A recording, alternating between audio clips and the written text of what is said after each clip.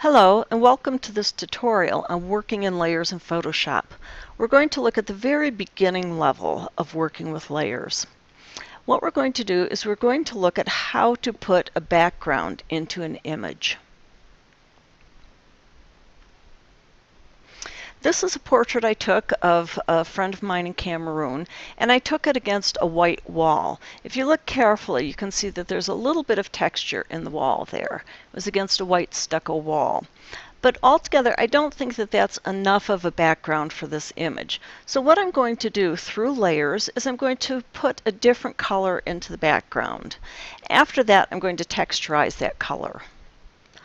When we're working in layers, we want to be able to see all of our layers. So we do this by making sure that we've got the Layers menu checked under Windows. So we go into Window, we make sure we've got Layers checked. We always make sure we've got History checked too. So we can go back and forth right here from our History to our Layers.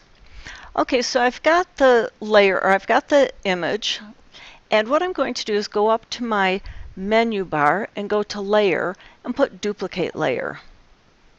What I'm doing is I'm making an exact copy of that image. It's like I've got two photographs stacked on top of each other. Any changes that I make to the background copy will only happen to that top photograph. Really, literally, try to think of having a photograph and then an exact copy of that photograph on top of it. That's what we have just done. We've got two identical photographs stacked on top of each other. To see which layer you're working in, you want to highlight it and then make sure that the eyeball is on. So I'm in this top layer. Anything I do will only happen in that layer. So let's say I desaturated this, turned it into more of a black and white image. That's only happened in the top layer. If I click that eyeball off so I can see the bottom layer, we see that the same image, the original image, is underneath. Okay, I'm going to undo that move. So I'm back to my two original layers. So what I want to do is go into the bottom or background image. I'm going to click on that, and I'm going to take the eyeball off the top layer. So I'm just looking at the background. Now, if I wanted one uniform color, I could simply select all of that layer by going to Select All, and in my menu go to Edit and go down to Fill. Now, Fill will give me some options. It automatically will give us the option of all black, or I'm going to back up in my history. It can give us the option of Edit, Fill, white, or 50% gray. Whatever we click, we get. Now I'm going to back up my layers. So I'm still on the background layer. Now I want to try to put some color in here. So I'm going to go to Edit, Fill, and I'm going to, instead of black, white, or 50% gray, I'm going to go to Color. That way I can pick whatever color I want. We can go to the picker, which will let us click on any different color. You'll see what's happening right here in the menu. So I could go with a really light blue, a darker blue. So I can do that with the picker. Or I can go to my color libraries. And this is where Photoshop is just endless. There are so many color libraries in here.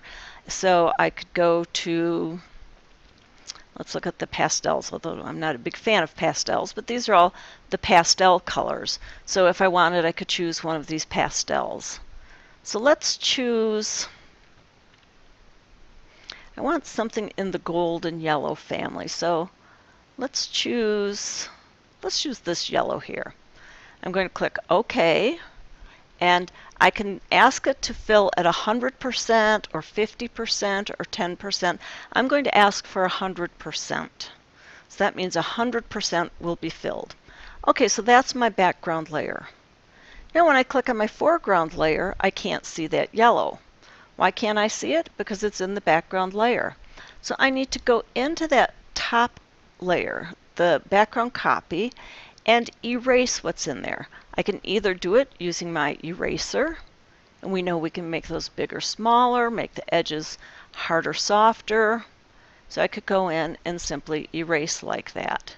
If I'm going to do that, I'm going to try to keep from erasing anything that's in the top layer that I want to keep. If I erase here and get rid of part of her head wrap, there's no way I can get that back except by going into my history and undoing what I just did. As I get closer to the edge, I'm getting my magnifying glass here and getting very, very close so I can see. So I've got my eraser. I'm getting closer and closer. I will probably make my eraser much smaller the closer I get. One of the axioms in digital photography is that if you're working little, you want to see big. So I could very meticulously go through and erase everything until I had revealed what I want to reveal. Here's what we have left in our top layer.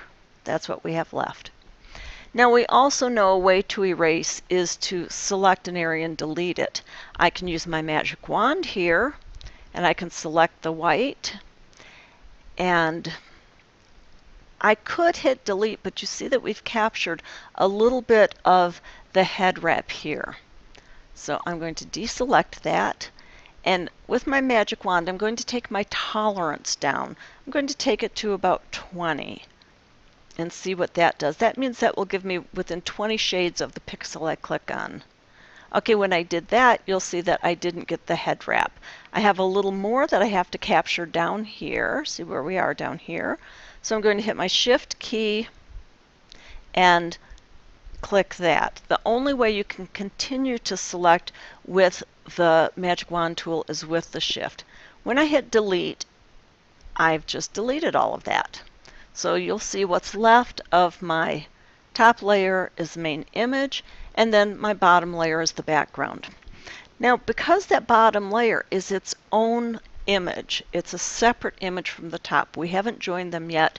I can treat it like any other image. I can go into Image Adjustments and go to Hue and Saturation.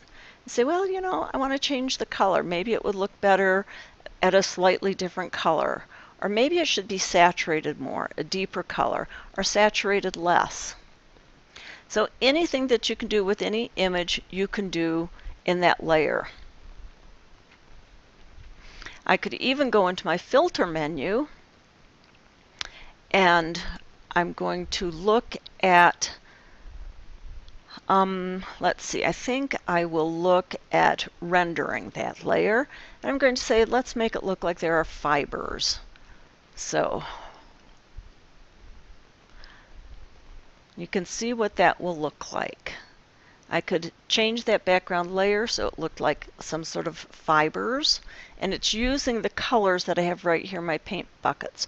Anytime you use something in the filter menu, you can change the strength of it, you can change the effect of it, etc.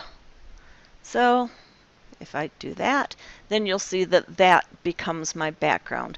And again, it's its own image, so I can change the color, the saturation, etc., as long as I'm in that background.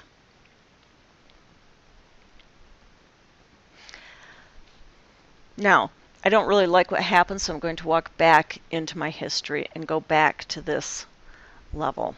Now, once I have what I like in the background, and I think that those two colors work pretty well, I want to make both of these layers a single layer.